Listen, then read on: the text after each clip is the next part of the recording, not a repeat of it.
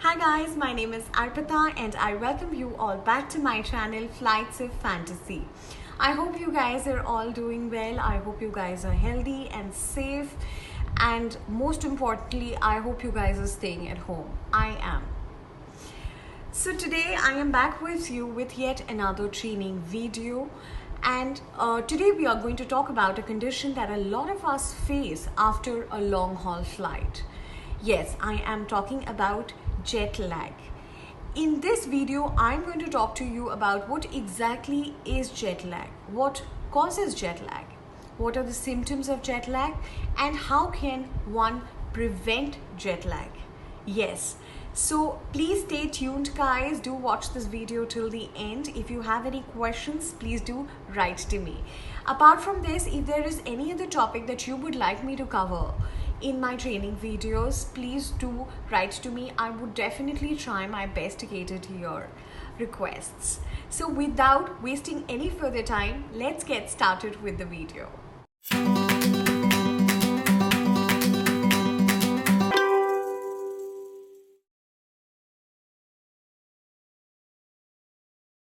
Welcome back guys. So let's start to talk about what exactly is jet lag. Now, jet lag is also called the jet lag disorder. Now, it is a temporary sleep problem that can affect anyone who quickly travels across multiple time zones. Now, your body has its own internal clock or circadian rhythms that signals your body when to stay awake and when to sleep. Now, jet lag occurs because your body's clock is still synced to your original time zone instead of the time zone where you have traveled. Now, the more the time zones crossed, the more likely you are to experience jet lag. Jet lag can cause daytime fatigue and unwell feeling, difficulty in staying alert, and gastrointestinal problems as well. Jet lag is temporary, but it can significantly reduce your vacation or business travel comforts.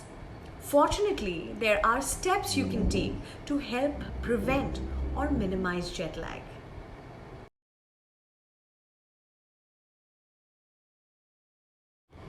Now let's quickly get to the symptoms. Symptoms of jet lag can vary. You may experience only one symptoms or you may have many. Jet lag symptoms may include disturbed sleep such as insomnia, early waking, or excessive sleep, daytime fatigue, difficulty in concentrating or functioning at your usual level. It can also result in stomach problems, constipation, or diarrhea, a general feeling of not being well, and of course, it also results in mood changes.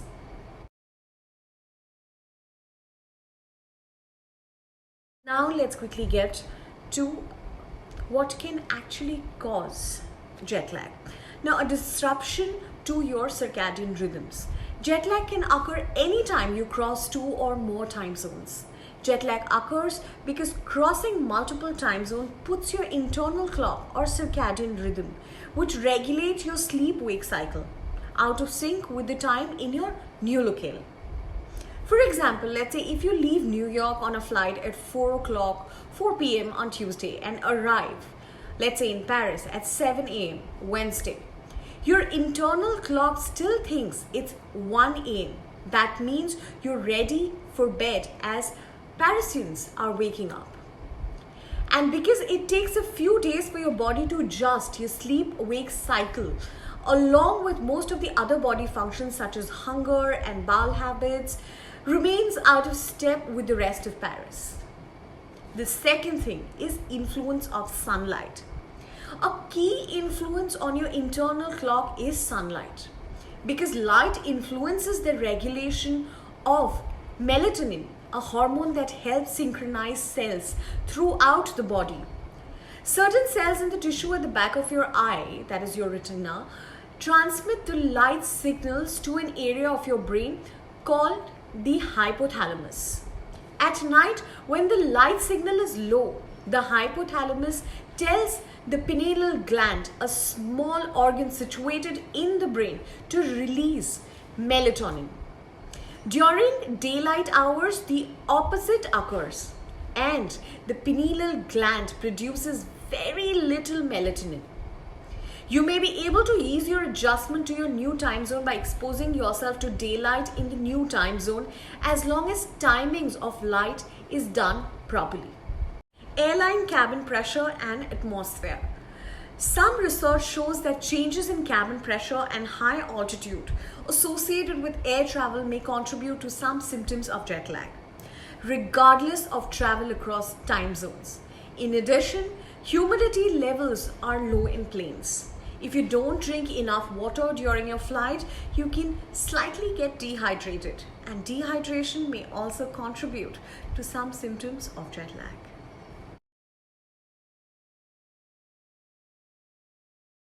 Let's talk about risk factors. Factors that increase the likelihood that you will experience jet lag. And these are the inclusions. Number of time zones crossed.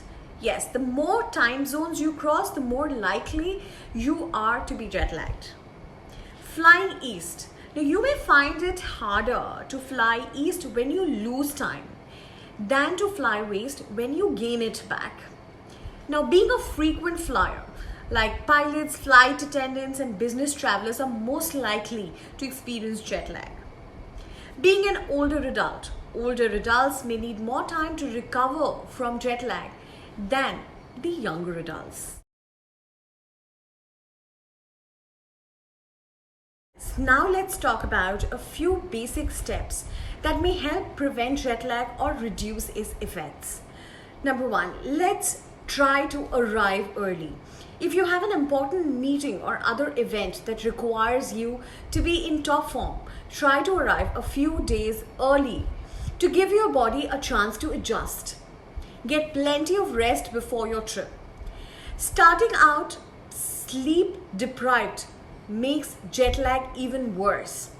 Get plenty of rest before your trip.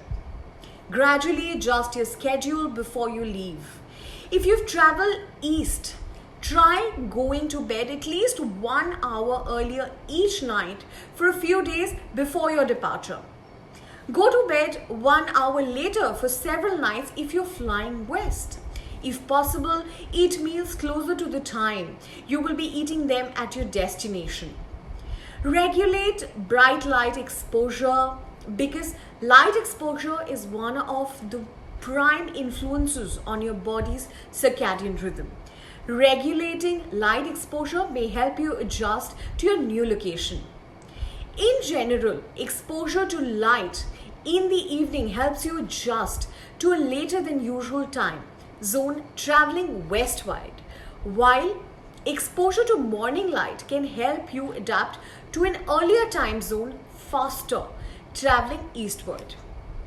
The one exception is if you've traveled more than 8 time zones from your original time zone, because your body might mistake early morning light for evening dusk. Your body might also mistake evening light for early morning light. So if bright light in the morning and then allow as much as sunlight as possible in the late afternoon for the first few days in your new location. If you have traveled west by more than 8 time zones, avoid a sunlight a few hours before dark for the first few days to adjust to the local time. Stay on your new schedule. Set your watch to the new time before you leave. Once you reach your destination, try not to sleep until the local night time, no matter how tired you are. Try to time your meals with local meal times too. Stay hydrated. Drink plenty of water before, during, and after your flight to counteract the dehydrating effects of dry cabin air. Dehydration can make jet lag symptoms worse. Avoid alcohol and caffeine as these can dehydrate you and affect your sleep. Try to sleep on the plane if it's nighttime at your destination. Earplugs, headphones, and eye masks can help you block out noise and light. If it's daytime where you're going, resist the urge to sleep. So guys, with this I come to an end of this video. If you like this video, please give it a thumbs up and do not forget to share it with your family and friends. I will be back with you very soon with yet another training video. Until then, please stay happy and healthy and stay at home. I will see you guys very soon. Until then, guys, stay happy and healthy. And this is Arpita signing out from Flights of Fantasy. Bye bye.